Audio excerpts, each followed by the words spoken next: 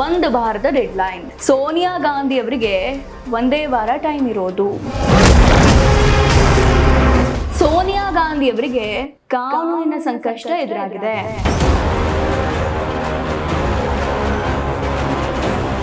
ಸಾವಿರದ 1980ರಲ್ಲಿ ಅವರ ಹೆಸರು ಭಾರತದ ಮತದಾರರ ಪಟ್ಟಿಯಲ್ಲಿ ಹೇಗೆ ಬಂತು ಅಂತ.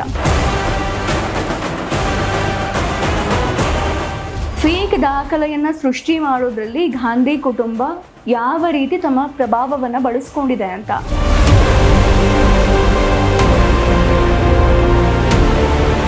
ನಮಸ್ತೆ and welcome to Inside Rush. ನಾನು ಭಾವನಾ ಆರ್ ಗೌಡ. ಒಂದು ವಾರದ ಡೆಡ್ಲೈನ್. ಸೋನಿಯಾ ಗಾಂಧಿ ಅವರಿಗೆ ಒಂದೇ ವಾರ ಟೈಮ್ ಇರೋದು. ಒಂದು ಕಡೆ ರಾಹುಲ್ ಗಾಂಧಿ ಅವರಿಗೆ ಅಂದರೆ ಸೋನಿಯಾ ಗಾಂಧಿ ಅವರ ಮಗ ರಾಹುಲ್ ಗಾಂಧಿ ಅವರಿಗೆ ವಿಘ್ನೇಶ್ ಶಿಶಿರ್ ಅವರ ಕಾಟ. ಈಗ ಸೋನಿಯಾ ಗಾಂಧಿ ಅವರಿಗೂ ಕೂಡ ಒಂದು ಸಂಕಷ್ಟ ಎದುರಾಗಿದೆ. ಅದೇನು ಕತೆ, ಅದೇನು ಕೇಸ್ ಅನ್ನೋದನ್ನ ಇವತ್ತು ಡೀಟೇಲ್ ಆಗಿ ನಾನು ನಿಮಗೆ ತಿಳಿಸ್ತೀನಿ. ಕಡೆವರೆಗೂ ವಿಡಿಯೋನ ಮಿಸ್ ಮಾಡದೆ ನೋಡಿ. ಹಾಗೆ ಇನ್ನೂ ನಮ್ಮ ಚಾನಲ್ನ ಸಬ್ಸ್ಕ್ರೈಬ್ ಆಗಿಲ್ಲ ಅಂದರೆ ಈ ಕೂಡಲೇ ಸಬ್ಸ್ಕ್ರೈಬ್ ಆಗಿ ಪಕ್ಕದಲ್ಲಿರೋ ಬೆಲ್ ಬಟನ್ನ ಕ್ಲಿಕ್ ಮಾಡಿ. ದೇಶದ ರಾಜಕಾರಣದಲ್ಲಿ ಬಹಳ ಸಂಚಲನ ಮೂಡಿಸುವಂತಹ ಸುದ್ದಿ ಇದು. ದಶಕಗಳ ಕಾಲ ಭಾರತವನ್ನಾಡಿದ ಗಾಂಧಿ ಕುಟುಂಬದ ಸೊಸೆ ಕಾಂಗ್ರೆಸ್ ನಾಯಕಿ ಸೋನಿಯಾ ಗಾಂಧಿ ಅವರಿಗೆ ಕಾನೂನಿನ ಸಂಕಷ್ಟ ಎದುರಾಗಿದೆ. ದೆಹಲಿಯ ರೇಸ್ ಅವೆನ್ಯೂ ನ್ಯಾಯಾಲಯ ಸೋನಿಯಾ ಗಾಂಧಿ ಅವರಿಗೆ 7 ದಿನದ ಒಂದು ಡೆಡ್ಲೈನ್ ಕೊಟ್ಟಿದೆ. ಇಲ್ಲಿ ಬಹಳ ಮುಖ್ಯವಾದ ವಿಚಾರ ಏನು, ಯಾವ ಪ್ರಶ್ನೆಗೆ ಸೋನಿಯಾ ಗಾಂಧಿ ಅವರು ಉತ್ತರವನ್ನ ಕೊಡಬೇಕು ಅಂದ್ರೆ 1983ರಲ್ಲಿ ಸೋನಿಯಾ ಗಾಂಧಿ ಅವರಿಗೆ ಈ ದೇಶದ ಸಿಟಿಸನ್ಶಿಪ್ ಸಿಗೋಕ್ಕಿಂತ ಮುಂಚೆ ಅಂದ್ರೆ 1980ರಲ್ಲಿ ಅವರ ಹೆಸರು ಭಾರತದ ಮತದಾರರ ಪಟ್ಟಿಯಲ್ಲಿ ಹೇಗೆ ಬಂತು ಅಂತ. ಇದು ಬರೀ ಕೇವಲ ಒಂದು ತಾಂತ್ರಿಕ ತಪ್ಪ ಅಥವಾ ಇದರ ಹಿಂದೆ ದೊಡ್ಡ ಮಟ್ಟದ ದಾಖಲೆಯ ವಂಚನೆ ಏನಾದ್ರೂ ಆಗಿದೆಯಾ ಅನ್ನುವಂತಹ ಸತ್ಯ ಈಗ ಬಯಲಾಗಬೇಕಾಗಿದೆ. ಈ ವಿಚಾರವಾಗಿ ದೆಹಲಿಯ ಅವೆನ್ಯೂ ನ್ಯಾಯಾಲಯ ಏನು ಹೇಳಿದೆ ಅಂತ ಅಂದ್ರೆ, ಭಾರತದ ಪೌರತ್ವ ಹಾಗೂ ಮತದಾರರ ಗುರುತಿನ ಚೀಟಿಗೆ ಸಂಬಂಧಪಟ್ಟಂತೆ ಒಂದು ಕಟ್ಟುನಿಟ್ಟಿನ ಆದೇಶವನ್ನ ಹೊರಡಿಸಿ ಸೋನಿಯಾ ಗಾಂಧಿಯವರ ಪರ ವಕೀಲರು 7 ದಿನದ ಒಳಗೆ ಬಂದು ಲಿಖಿತ ಅಫಿಡವಿಟ್ ನೀಡಬೇಕು ಅಂತ. ಈ ಪ್ರಕರಣದ ಮುಂದಿನ ವಿಚಾರಣೆ ಮೇ 16ಕ್ಕೆ ಮುಂದೂಡಲಾಗಿದೆ. ಆ ದಿನ ಗೊತ್ತಾಗುತ್ತೆ ಸೋನಿಯಾ ಗಾಂಧಿಯವರ ಭವಿಷ್ಯ ಏನು ಅಂತ. ಈಗ ನೀವೆಲ್ಲ ಅನ್ಕೊಳ್ತಿರ್ಬೋದು, ಈಗ ಯಾಕೆ ಈ ವಿಚಾರ ಚರ್ಚೆಗೆ ಬರ್ತಾ ಇದೆ, ಇದ್ರ ಕತೆ ಏನು ಅಂತ. ನೋಡಿ, ಈ ಕತೆ ಶುರುವಾಗೋದು 1980 ಜನವರಿ 1ನೇ ತಾರೀಕು. ಅಂದರೆ 1980 ಜನವರಿ 1ನೇ ತಾರೀಕು ಆ ಟೈಮಲ್ಲಿ ಸೋನಿಯಾ ಗಾಂಧಿ ಅವರ ಹೆಸರು ದೆಹಲಿಯ ಮತದಾರರ ಪಟ್ಟಿಯಲ್ಲಿ ಬಂದಿರುತ್ತೆ. ಆದರೆ ಆಶ್ಚರ್ಯದ ವಿಚಾರ ಏನು ಅಂತ ಅಂದರೆ, ಆ ಸಮಯದಲ್ಲಿ ಅವರು ಭಾರತದ ಸಿಟಿಸನ್ನೇ ಆಗಿರಲಿಲ್ಲ. ಯಾರೋ ಒಬ್ರು ಇನ್ನೂ ಈ ದೇಶದ ಪ್ರಜೆ ಆಗಿಲ್ಲ ಅಂತ ಅಂದಮೇಲೆ ಅವರಿಗೆ ಈ ದೇಶದಲ್ಲಿ ಓಟ್ ಹಾಕುವ ಹಕ್ಕು ಹೇಗೆ ಬರುತ್ತೆ? ಈ ವಿಚಾರ ಈಗಷ್ಟೇ ಅಲ್ಲ, 1982ರಲ್ಲೂ ಕೂಡ ಬಹಳ ಚರ್ಚೆ ಆಗಿತ್ತು. ಆ ಟೈಮಲ್ಲಿ ಪಾರ್ಲಿಮೆಂಟ್ವರೆಗೂ ಕೂಡ ಹೋಗಿ ವಿರೋಧ ಪಕ್ಷಗಳು ಬಹಳ ಪ್ರತಿಭಟನೆಯನ್ನು ನಡೆಸಿದ ಮೇಲೆ 1982ರಲ್ಲಿ ಇವರ ಹೆಸರನ್ನು ಮತದಾರರ ಪಟ್ಟಿಯಿಂದ ಕೈಬಿಟ್ಟಿದ್ರು. ಇಲ್ಲಿ ಇನ್ನೊಂದು ಬಹಳ ಮುಖ್ಯವಾದ ಪ್ರಶ್ನೆ ಉದ್ಭವಿಸುತ್ತೆ. ಅದೇನು ಅಂದರೆ, 13 ವರ್ಷಗಳ ಕಾಲ ಯಾಕೆ ಸೋನಿಯಾ ಗಾಂಧಿಯವರು ಪೌರತ್ವವನ್ನು ಪಡಿಲಿಲ್ಲ ಅಂತ. ಯಾವ 13 ವರ್ಷಗಳು ಅಂದರೆ, ರಾಜೀವ್ ಗಾಂಧಿ ಅವರನ್ನ ಮದುವೆ ಆಗ್ತಾರಲ್ವ ಸೋನಿಯಾ ಗಾಂಧಿ ಅವರು 1968ರಲ್ಲೇ ಮದುವೆ ಆಗಿದ್ರು ಕೂಡ ಸೋನಿಯಾ ಗಾಂಧಿ ಅವರು ಯಾಕೆ ಭಾರತದ ಪೌರತ್ವವನ್ನು ಪಡೆಯೋಕೆ ವಿಳಂಬ ಮಾಡಿದ್ರು? ಆ್ಯಂಡ್ ಮೋರ್ ಓವರ್, ಈ ದೇಶಕ್ಕೆ ಅವರು ಬಂದ ಮೇಲೆ ಅಂದರೆ ಮದುವೆ ಆಗಿ ಬಂದ ಮೇಲೆ ಪೌರತ್ವ ಪಡೆಯೋಕೆ ಎಲ್ಲ ಅವಕಾಶಗಳಿತ್ತು. ಯಾಕೆ ಸೋನಿಯಾ ಗಾಂಧಿ ಅವರು ಇಷ್ಟು ನೆಗ್ಲೆಕ್ಟ್ ಮಾಡಿದ್ರು ಅನ್ನುವಂತಹ ಪ್ರಶ್ನೆ ಕೂಡ ಉದ್ಭವಿಸುತ್ತಲ್ವ.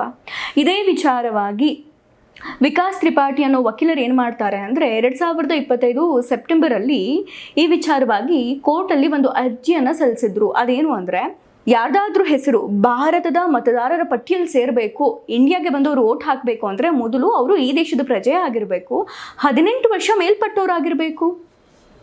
ಆದರೆ ಸೋನಿಯಾ ಗಾಂಧಿಯವರು ಈ ದೇಶದ ಪ್ರಜೆ ಆಗೋಕ್ಕೆ ಮುಂಚೆನೇ ಅವರ ಹೆಸರು ಈ ದೇಶದ ಮತದಾರರ ಪಟ್ಟಿಗೆ ಹೇಗೆ ಸೇರಿತು ಅಂತ. ಈ ವಿಚಾರವಾಗಿ ಸೋನಿಯಾ ಗಾಂಧಿಯವರು ಮಾಡಿದ್ದು ದೊಡ್ಡ ಮಟ್ಟದ ಕಾನೂನು ಉಲ್ಲಂಘನೆ ಅನ್ನೋದು ವಿಕಾಸ್ ತ್ರಿಪಾಠಿಯವರ ವಾದ. ಅಫ್ಕೋರ್ಸ್ ಇದು ದೊಡ್ಡ ಮಟ್ಟದ ಕಾನೂನು ಉಲ್ಲಂಘನೆನೇ ಆಗಿರೋದು. ಬರೀ ಇದಿಷ್ಟೇ ಅಲ್ಲ, ಅವರ ವಯಸ್ಸಿನಲ್ಲೂ ಕೂಡ ಒಂದು ಮ್ಯಾಜಿಕ್ ಆಗಿದೆ.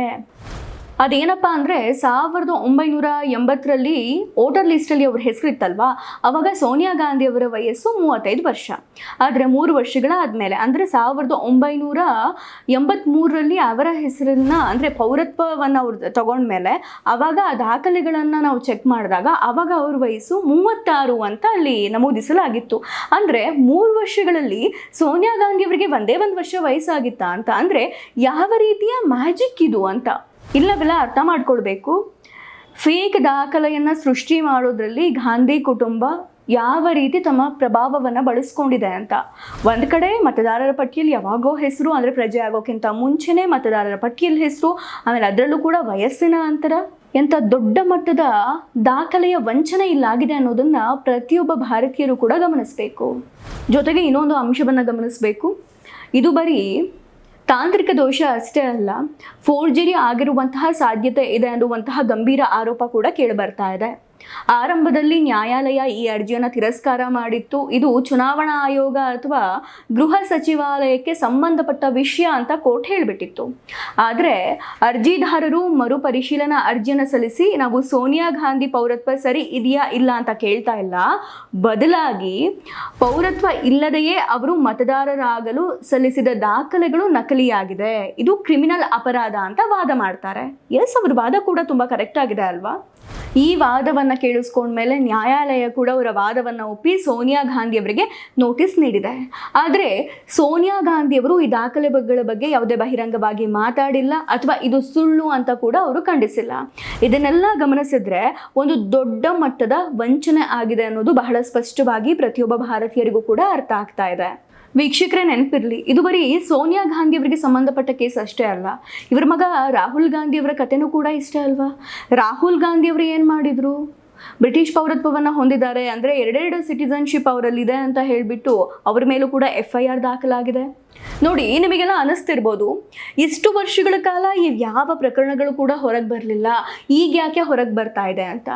ಯೋಚನೆ ಮಾಡಿ, ಇಂದಿರಾ ಗಾಂಧಿ, ರಾಜೀವ್ ಗಾಂಧಿ, ಸೋನಿಯಾ ಗಾಂಧಿಯವರ ಆಡಳಿತ ಇದ್ದಾಗ, ಅಂದರೆ ಸೋನಿಯಾ ಗಾಂಧಿ ಪ್ರಧಾನಿ ಆಗದೇ ಇದ್ದರೂ ಕೂಡ ಅವರು ಇದ್ದಂತಹ ಒಂದು ಗೌರ್ಮೆಂಟ್ ಇದ್ದಾಗ, ಅವರ ಪಕ್ಷ ಇದ್ದಂತಹ ಗೌರ್ಮೆಂಟ್ ಇದ್ದಾಗ ಯಾವ ಸಂಸ್ಥೆಗಳು ಕೂಡ ಈ ರೀತಿಯ ವಿಚಾರವನ್ನು ಕೈಗೆತ್ತಿಕೊಳ್ಳೋಕೆ ಸ್ವಲ್ಪ ಯೋಚನೆ ಮಾಡ್ತಾ ಇದ್ರು, ಧೈರ್ಯ ಕೂಡ ಮಾಡ್ತಾ ಇರಲಿಲ್ಲ. ಆದರೆ ಈಗ ಕಾಲ ಸ್ವಲ್ಪ ಬದಲಾಗಿದೆ, ಎಲ್ರಿಗೂ ಡೆಮೋಕ್ರಸಿ ಮೇಲೆ ನಂಬಿಕೆ ಇದೆ, ಸಂಸ್ಥೆಗಳ ಮೇಲೆ ನಂಬಿಕೆ ಶುರುವಾಗಿದೆ. ಯಾರೇ ತಪ್ಪು ಮಾಡಿದ್ರು ನ್ಯಾಯಾಲಯದ ಮುಂದೆ ನಿಲ್ಲಬೇಕು. ಸುಬ್ರಹ್ಮಣ್ಯನ್ ಸ್ವಾಮಿ ಅಂತವರು ಈ ಹಿಂದೆ ಪ್ರಯತ್ನ ಪಟ್ಟರು ಕೂಡ ಅವರಿಗೆ ಕೆಲವು ಮಿತಿಗಳು ಅನ್ನೋದಿತ್ತು, ಅಂದರೆ ಕೆಲವೊಂದು ಲಿಮಿಟೇಷನ್ಸ್ ಇತ್ತು. ಆದರೆ ಈಗ ಸಾಮಾನ್ಯ ಪ್ರಜೆಗಳು ಕೂಡ ನ್ಯಾಯಾಲಯದ ಮೆಟ್ಟಿಲು ಏರಿ ಇವರು ತಪ್ಪು ಮಾಡಿದ್ದಾರೆ, ನಕಲಿ ದಾಖಲೆಯನ್ನು ಸೃಷ್ಟಿ ಮಾಡಿದ್ದಾರೆ ಅಂತ ವಾಯ್ಸ್ ರೈಸ್ ಮಾಡ್ಬೋದು. ಅಂದರೆ ಯಾರ ಭಯ ಕೂಡ ಈಗಿಲ್ಲ. ಈಗ ಎಲ್ಲರ ಕಣ್ಣು ಮೇ 16ರ ಮೇಲಿದೆ. ಮೇ 16 ಯಾವ ರೀತಿಯಾದ ತೀರ್ಪು ಬರುತ್ತೆ ಅಂತ ಇಡೀ ದೇಶ ಕಾಯ್ತಾ ಇದೆ. ಸೋನಿಯಾ ಗಾಂಧಿಯವರ ಪರ ವಕೀಲರು ನೀಡುವಂತಹ ಲಿಖಿತ ಉತ್ತರ ಈ ಪ್ರಕರಣದ ದಿಕ್ಕನ್ನು ಬದಲಿಸಬಹುದು. ಅಫ್ಕೋರ್ಸ್ ಅವರ ಲಾಯರ್ ಏನು ವಾದ ಮಾಡ್ತಾರೆ ಅನ್ನೋದು ಕೂಡ ಬಹಳ ಮುಖ್ಯ ಆಗುತ್ತೆ.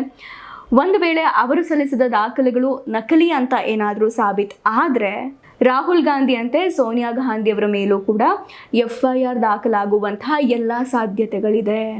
ಒಂದು ದೇಶದ ಅತ್ಯುನ್ನತ ಸ್ಥಾನದಲ್ಲಿದ್ದು ಈ ದೇಶದ ಪ್ರಜೆ ಆಗೋಕ್ಕಿಂತನೂ ಮುಂಚೆನೇ ಈ ದೇಶದ ಮತದಾರರ ಪಟ್ಟಿಯಲ್ಲಿ ಹೆಸರು ಸೇರಿಸ್ಕೊಳ್ಳೋದು ಈ ದೇಶದ ಕಾನೂನಿಗೆ ಮಾಡುವಂತಹ ದೊಡ್ಡ ಅವಮಾನ ಅಂತ ನಿಮಗೆ ಅನಿಸ್ತಾ ಇಲ್ವಾ?